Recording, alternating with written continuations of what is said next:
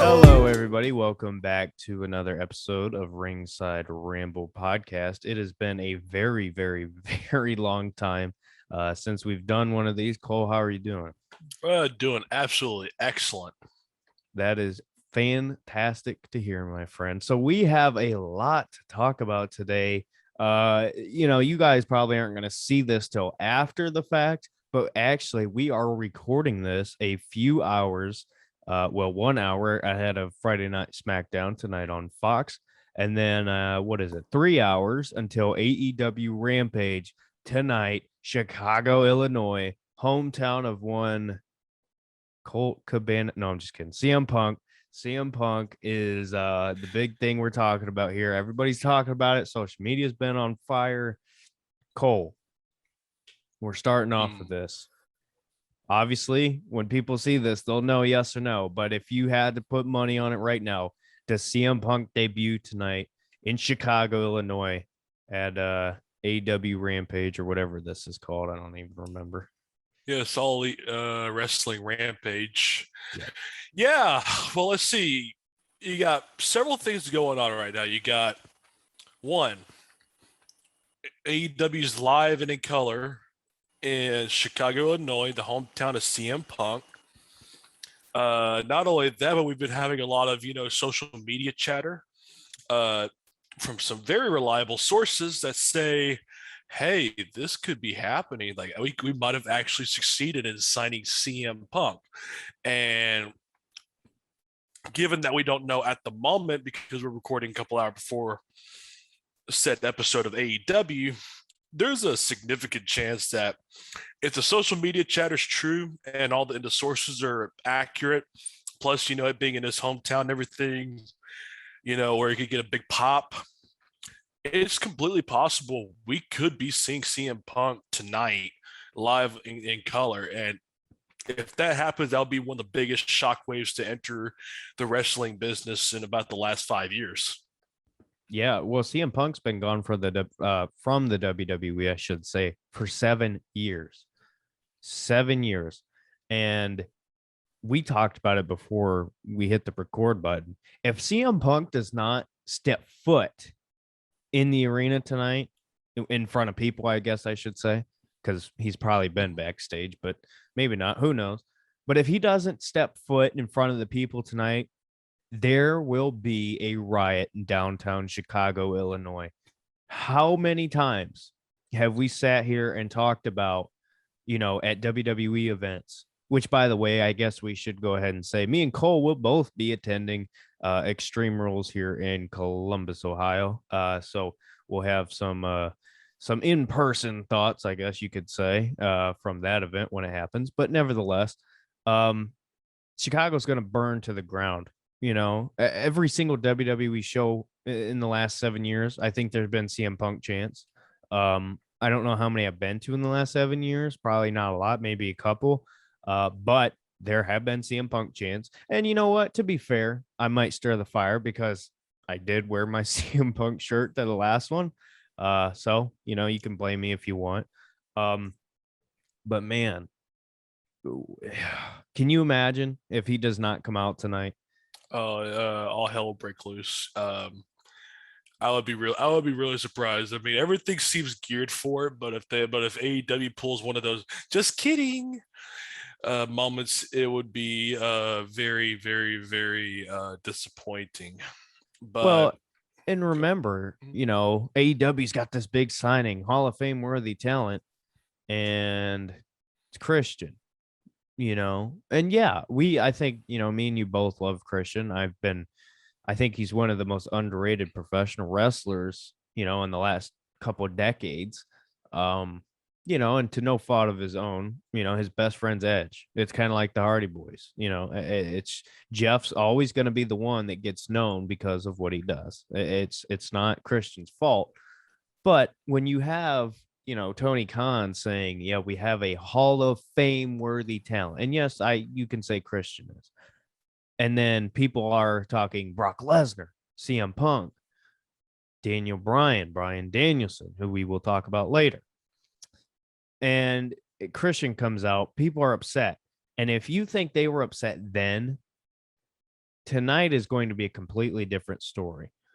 And the one thing I was talking, Cole, with you before we hit record, the nice thing is, Cult of Personality is able to be bought by Tony Khan. And you best believe if CM Punk is coming, he will come out to Cult of Personality.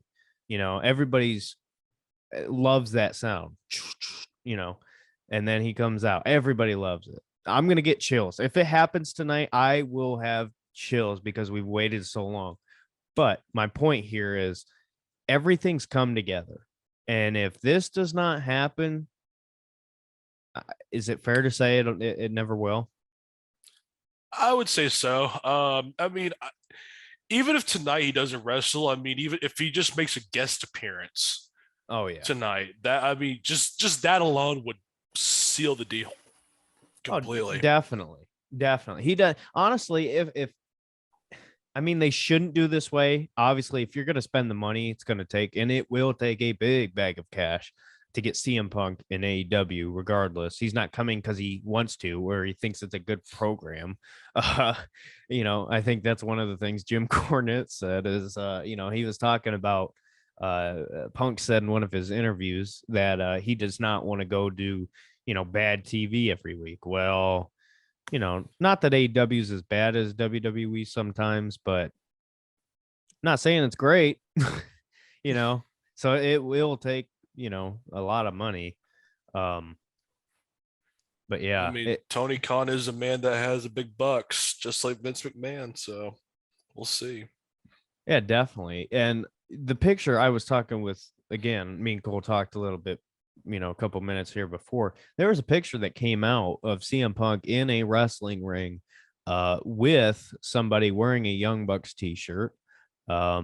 And it was a current picture. It was obvious that it was a current picture. He looks to be in great shape. His hair has grown out a little bit longer. So we've seen CM Punk basically bald. We've seen him with super long hair. This is kind of an interesting stage for him at as far as a hair standpoint. We'll see if he comes out tonight. That's kind of one of the small details. Is it going to be shaved Punk? Is it going to be long hair Punk? Is it going to be slicked back? We'll see. It doesn't matter. If he shows up, he shows up, and that's what truly matters. But yeah, so you're setting it in stone here. You think CM Punk returns tonight? Well, we're about to find out. We're about to find out. And I think if he does return, I don't know if he's going to be so much of a wrestler. I think, because you mentioned the Young Bucks. I think that there's a good chance that if he returns, assuming that he will, I could see him being a manager. Really? I think CM Punk would be a manager. I don't know. I just don't know if they're going to pay that kind of money for him to be a manager. Maybe here and there he might wrestle, but I think that's what they would use him as if team him up with the Young Bucks and see how it goes. Could look good. It's definitely possible. I get what you're saying there. I don't see him more as a manager, but I could see him almost like how, and they shouldn't copy what they're doing with Roman currently on SmackDown, but just how Roman is, that tribal chief is, what they're going for. And he doesn't wrestle every night. He's not, he only shows up when he has to. I think that's kind of how CM Punk should be treated here. Use him as a draw, because again, for 7 years, people have been, there have been people who've been just furious over the fact that he's not showed up. There's been people who've probably shed a few tears because they thought he was coming and they thought he never would come. Tonight's going to be an emotional night. Either you're going to be so happy that you're in tears he's back, you're going to be screaming, let's go at your TV, whatever you're going to do. If he does come back, it's going to have a reaction. And that's honestly, I think that's kind of the biggest thing here. But transitioning, let's just, because I think he is coming tonight. I feel it. Today I woke up And I thought to myself, you know what? It's a good day for CM Punk to come back. And I think I'm right. Um, but anyway, let's go ahead and transition now. What do you think? And you talked about it a little bit there, pairing with the Young Bucks. What do you see as his first feud or first program in the company, assuming he does? Hmm. Uh, I think he might either have a program with either Jericho or Christian, one of the two. That would be more to keep him definitely within the upper echelon of the company. So, or maybe even have a few with Cody Rhodes. I mean, Cody Rhodes might come out of the woodworks for this one, and I think if they put him with Cody Rhodes, I mean, they could have a very good program because I mean we know Cody could work, so and we could have an actual decent to really good wrestling match. So I think it's either going to be Jericho, Christian, or Cody Rhodes. I completely agree with what you're getting at there. They need somebody who's going to be um, reliable for him to work with. This can't flop. They're putting way too much into this for it to flop, assuming again that he does show up. And with Cody, there's the whole thing there of, the reason why CM Punk left, or a big reason, is the structure of the company. And, with Triple H, they had personal issues, real life personal issues. Absolutely. That's not storyline, that's real. So they could go the whole thing of, hey, I've seen this before, like you got to be careful what you're doing here or you're going to end up the same way. They can run with that. Like, obviously, it won't be real, but still, I think that's a great story. And another one that I've heard floating around, and I'll get your opinion on this. CM Punk had the whole, straight edge character heading in from, I want to say like 2009 to, even through his Summer of Punk WWE Championship run. A lot of it was that straight edge, clean, no drugs, no drinking. Like, and with Hangman Page, so much of his character is, he's that cowboy who's at the bar every night. What do you think about a possible pairing between those two? Because currently, Hangman Page, everybody wants him to get that chance at the, or that shot, I should say, at the AEW championship. And I agree. He's my favorite worker right now in AEW. I've loved just about every match I've seen of him. So what do you think about that possibility there of them two? It's possible. I mean, CM Punk seems like the kind of person that would try to put Hangman Page over. You know, definitely be a good man for the business and help out Hangman Page. I could totally see that. It would be, you know, an excellent match to watch and an excellent storyline as well if they do it right, of course. Um, yeah, completely possible. Yeah, it's man, this is going to be so fun. I can't wait, guys. Just so you know, we're doing a part two to this because Zoom has a 40-minute time limit. We got a whole lot to talk about. So if we're recording the next one tomorrow, which I think we are, obviously plans change, but I think that's a plan as of now. Um, I forgot what I was going to say. What was I going to say? Oh, okay. So we'll know tomorrow is what I'm trying to say. So we'll dive into what actually happens tomorrow. And so this is kind of the pre-Punk if he does show up. I'm going to be so mad if he doesn't. I hate getting my hopes up because I've got my hopes up for Royal Rumbles, but whatever. Anyway, Cole, let's go ahead and transition. One of the things that happened that was a huge story, in our absence of recording this podcast. Bray Wyatt released from the WWE. Obviously, the Fiend character was huge, sold a lot of merch, was in big storylines, main champion. What do you think about this, and where do you think he's gonna end up? Ooh. Bray Wyatt. Yeah, that well, I guess you could see it. I saw the writing on the wall when it came to Bray Wyatt, especially with what happened in WrestleMania, how bad that was. Just completely dropping the ball on him like that. They did Bray Wyatt dirty in WrestleMania, and since they've been continuously dropping the ball, I could see why they would be preparing to just cut them loose like that, especially just after dropping the ball so many times. It's very disgraceful what they did, which I mean WWE did them pretty dirty. So there's a lot. I mean, my guess with him is that, of course, I think he'd be another addition to the AEW roster. I think they could do some good work with him. Maybe Impact is an option, but definitely it looks more like if I think he's going to go on a hiatus because, of course, they have one of those non-compete clauses in the release, so it's Yeah, the possible. 90-day. It's possible he's probably got a non-compete clause, so he's going to be out of the picture for the next couple weeks at least, and then once that's up, it's totally possible we could be seeing him on AEW. Yeah, I agree. The AEW thing and Impact to me is the perfect spot for a spooky character, more supernatural Absolutely. side. But with AEW, and going off the CM Punk thing here, it could be the hottest wrestling program on the face of the earth, here soon. So for Bray Wyatt, he's recreated himself so many times, and WWE owns the Fiend, so that's gone. So whatever this new character is, obviously, I think we both probably agree that it'll be good because I think he's proven that he can, recreate and rebrand and do a great job. But my thing is, I think Impact is the better spot for the spooky stuff.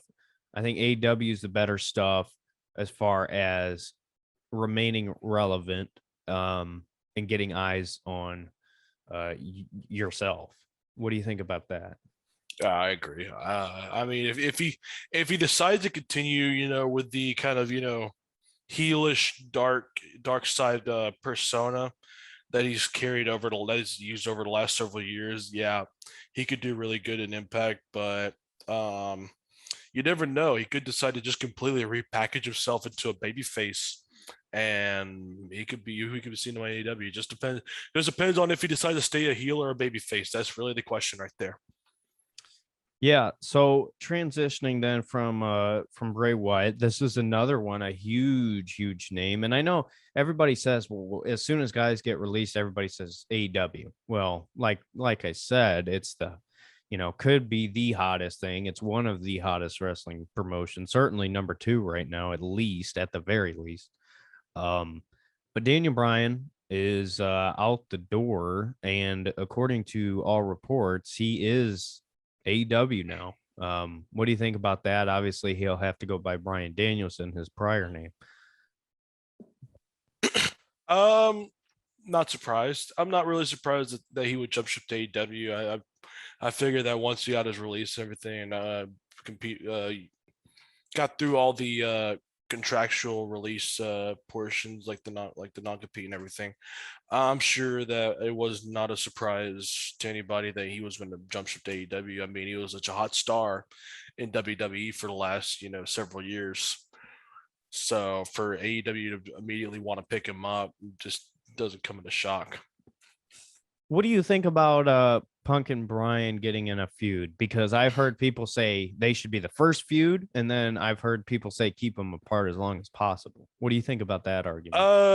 I don't know if they should get in a feud right off the bat. I mean, it would just seem kind of tacky to just go ahead and put Daniel Bryan and CM Punk right in a feud, especially after picking him up from WWE. I mean, even though CM Punk's been out of the picture for the last several years, still it would just seem somewhat tacky to go ahead and put them together. Besides, I mean, they're both baby faces, so it's like, why are we having a baby face versus baby face wrestling match? I mean, this isn't like Stone Cold versus Rock where you could effectively do something like that. But I mean, one of them's got to turn heel in order for it to work first, and then you got to one. Then of course you got to set up a heel run, and then once you get that done, then you can go and play with the cards and say put Daniel Bryan and CM Punk together. But right off the bat, it just wouldn't mix. Yeah, I really don't know how I feel about it because honestly, here's the thing. I don't know how long Punk will sign.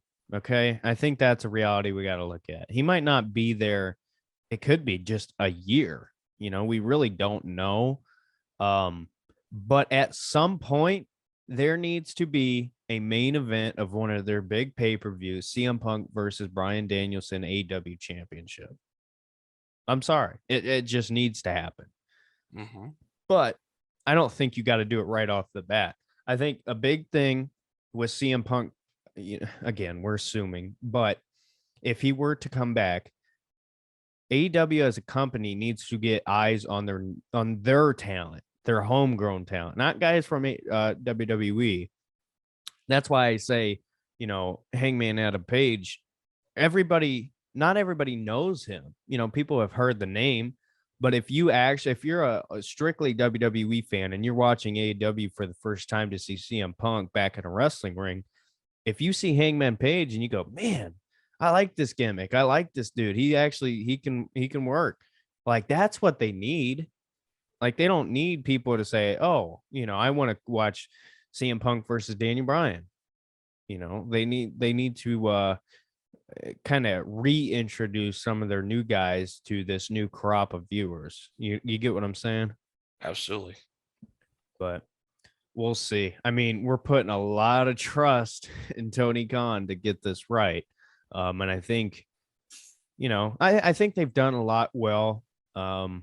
It's obviously hard for a new company to operate, with the virus and all that, and in these times. But they certainly deserve criticism. But yeah, so it'll be interesting to see with those three guys, Punk, Bryan, and Wyatt, who all ends up actually in AEW, what their plans are. We'll see. So I'll leave this up to you. What do you want to go ahead and talk about next? Because there's a lot, but I know time Let's is. see. We've been covering a lot of WWE and people jumping ship to AEW. So one of the things I want to cover first is the releases. We've had quite a bit of releases through this year. Uh, Especially people that come to mind. Let's see. Did you hear about Ric Flair? Nature Boy Yes, Ric Flair finally he jumped ship. that's crazy.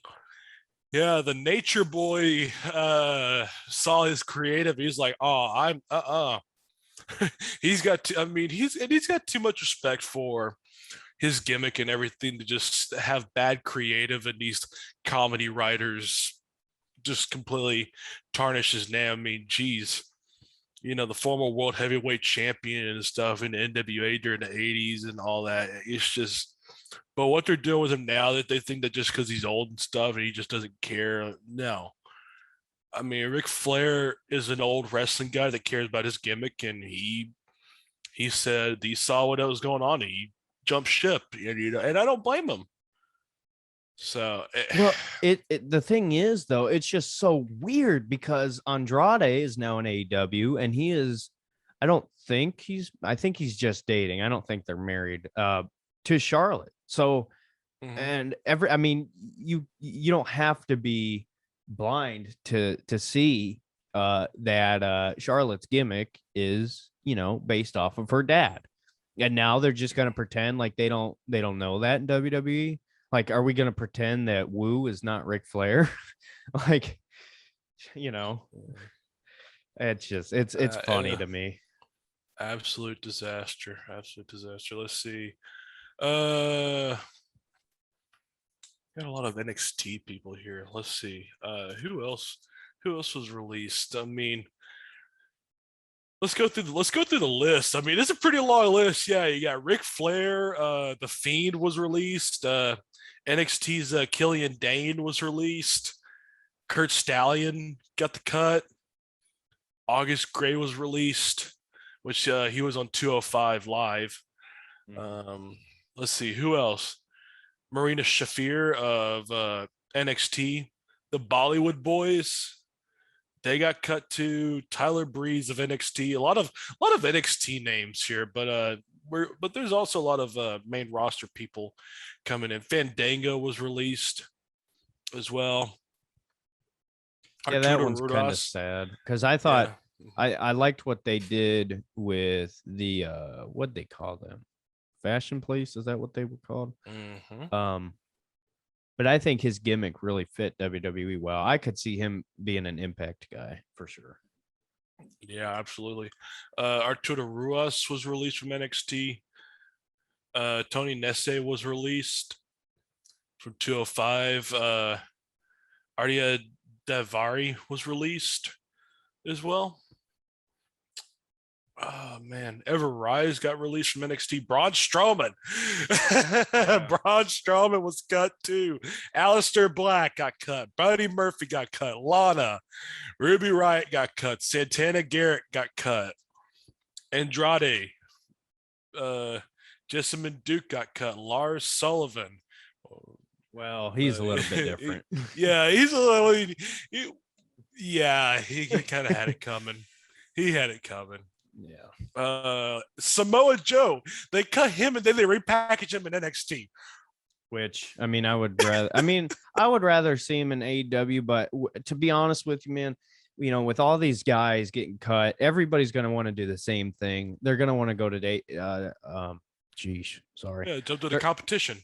Yeah. So I mean, for Samoa Joe, he's smart in a way because, you know, he realizes, hey, I'm not going to be in the title picture, you know, for now at least. He could always go later, but you know, go back to NXT. You know, I'd say they know what they're doing, but whatever. He's William Regal's enforcer, basically.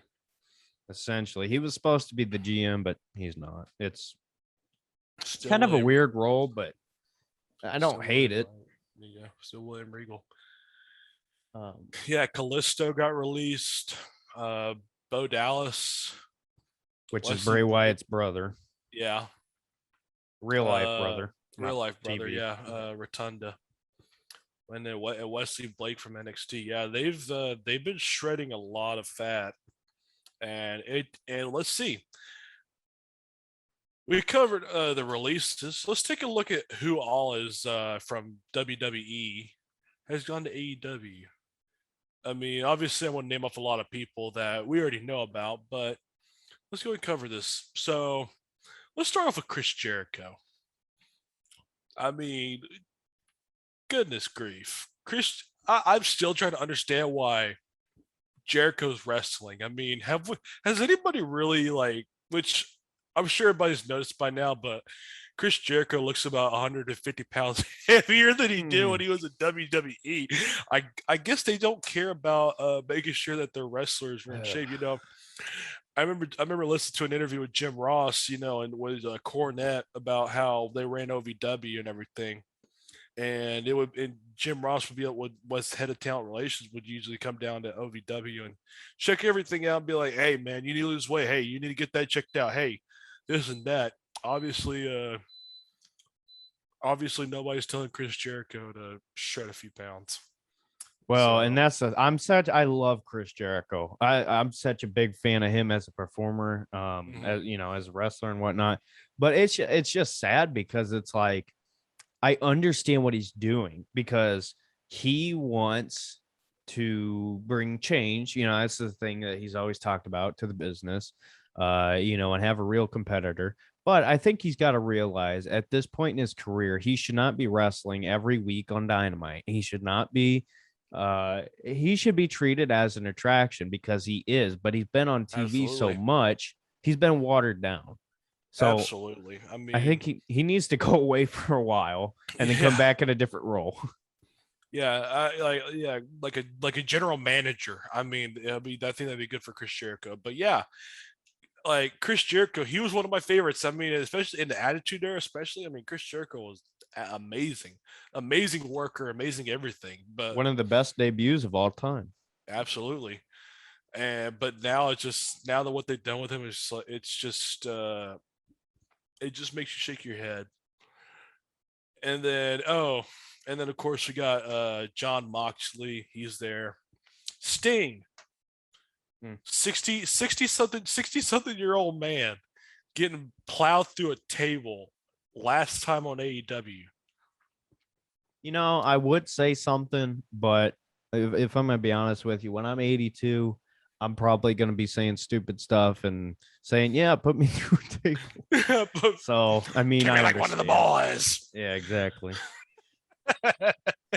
Yeah, I'm like, come on, Sting. I mean, but hey, you know what? It's okay if he wants to continue taking bumps like that. I mean, Ric Flair was 65 and still going strong in TNA.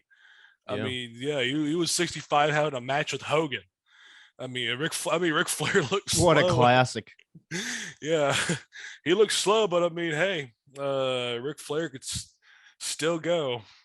Of course, and then you got the two biggest men in the world, Paul White and Mark Henry. They're there. Yep. For all of you marks out there who don't know, Paul White is the Big Show. Cody Rhodes, of course, Christian Cage, which Christian Cage is a hell of a worker. I mean, I remember back during 03. Excuse me, Intercontinental Champion speaking. That was the best. I mean, he had a great heel run back then as the IC champion, of course. Even more of his somewhat recent, well, I say recent, it's been 10 plus years, but when he had his feud with Randy Orton there, where it was Money in the Bank, SummerSlam, and then Night of Champions, I want to say was like the 3-month feud or whatever. That was incredible. That last man stand or not last man standing, no holds barred match or whatever they had at SummerSlam. That's one of my favorite matches of all time. Absolutely. And that was Christian's first like real shot to have a the world heavyweight championship, a major title, and prove himself. Now they didn't treat him like he mattered. They treated him almost like the Miz did the last time a couple months ago when he was WWE champion. But it was still entertaining. It still were put on great matches, and I think with Randy too. Randy, I get really bored with some of his matches. I'm going to be honest, but Christian and him had such a great chemistry that Randy was able to work his pace, but it was still very entertaining, and there was always something happening. Absolutely. Going down the list here, let's see. Of course, you got Matt Hardy. Yeah, he's there now. Miro, which was Rusev in WWE, which I forgot about. Gold Dust is in there. Yeah. How old is he now? Do you know? Gold Dust. He's in his 60s. And him and Sting. 60. What is it? No, I'm sorry. I'm off by about 10 years. He's 52. Wow. They need to have a battle royal. Dustin Rhodes, Sting, Ric Flair. Throw Jake the Snake in there. Just get all these old guys. They got him on the roster. Might as well. Oh my God! Go ahead and put Arn Anderson. Hell, Tully Blanchard would sign up instantly. We'd have Tully Blanchard all over again, and the Four Horsemen. Might as well be more entertaining than some of JJ Dillon at ringside. Yeah, I mean, hey, it would be more entertaining. Got JJ Dillon cutting a promo, and all the Horsemen are going on, man. Yeah, goodness. Yeah, too bad we ain't got Dusty Rhodes, man. Oh. Yeah. Brody Lee. Well, of course, he passed away, unfortunately. It was unfortunate. Yeah. Let's see, Pac, which was Neville in NXT, which course. I am a big fan of him. I've always liked him, but I'd never realized how good his character work is. I like him as this kind of heel high flyer type role. I think it's a good look. Absolutely. And actually, my new favorite tag team currently, FTR, managed by Tully Blanchard. They're fantastic. That's what were they? They were in WWE, right? They As were a revival. yes, yes. I love them too. Yep. That's how tag team wrestling's supposed to be. Absolutely, yeah. Sean Spears Yep. is there, and Jake Hager. Well, So, yeah, doing the fake real fighting in the uh, cage.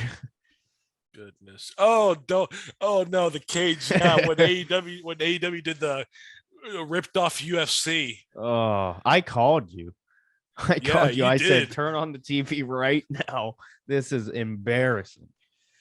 Yeah, they're ripping off UFC now that they are ripped off. I mean, And he's a real fighter. That's what he did before AEW. And that's the yeah, most embarrassing thing for him. It's like, yeah, you were known as Jack Swagger, and you had a pretty, I mean, he was the world heavyweight champ. So he had I'd say a decent career in WWE, but then he moves into fighting, real fighting.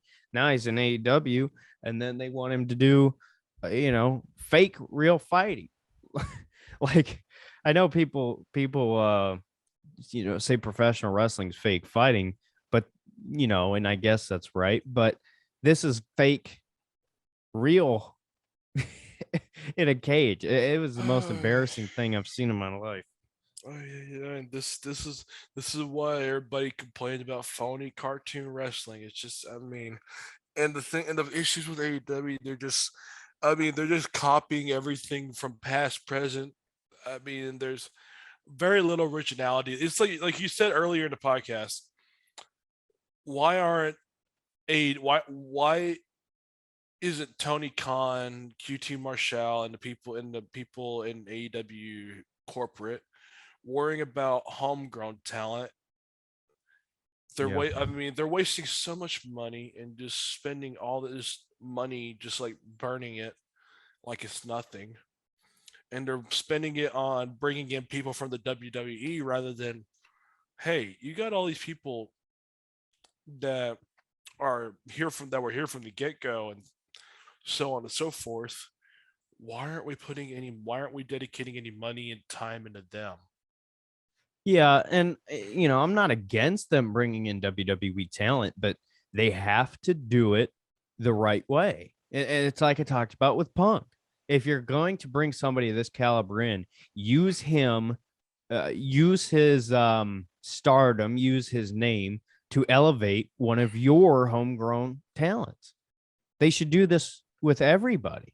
Not the same way, obviously, but still the format of, hey, we're going to bring in a well-known name that everybody knows and knows of, at least.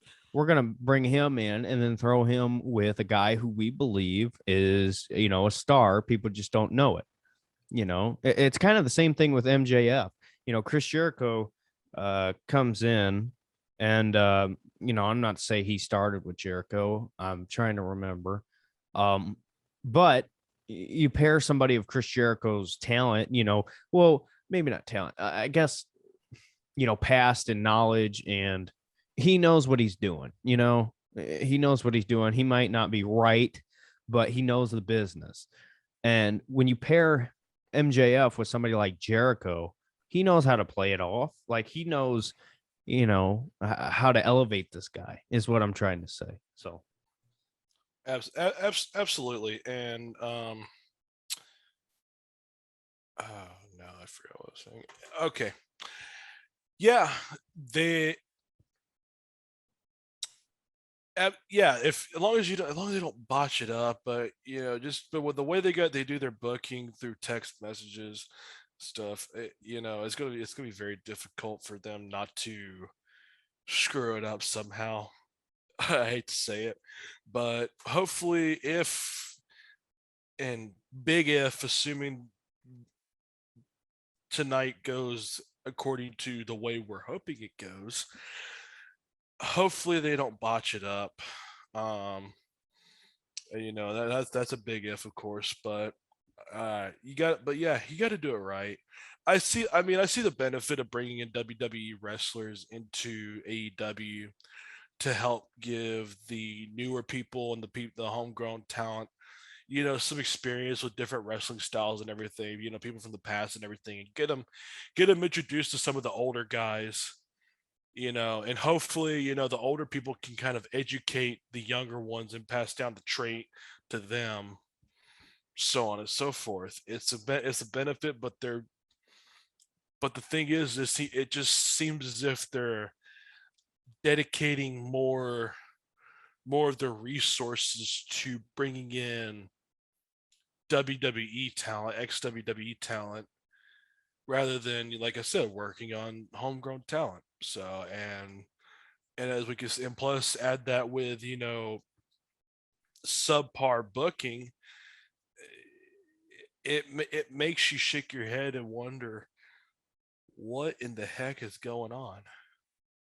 Yeah, and AEW still has the pay-per-view format, where the WWE is now a streaming not platform, but they use streaming services to get their product out. If you want to watch an AEW pay-per-view, you're paying the standard $60 or 50, whatever it is.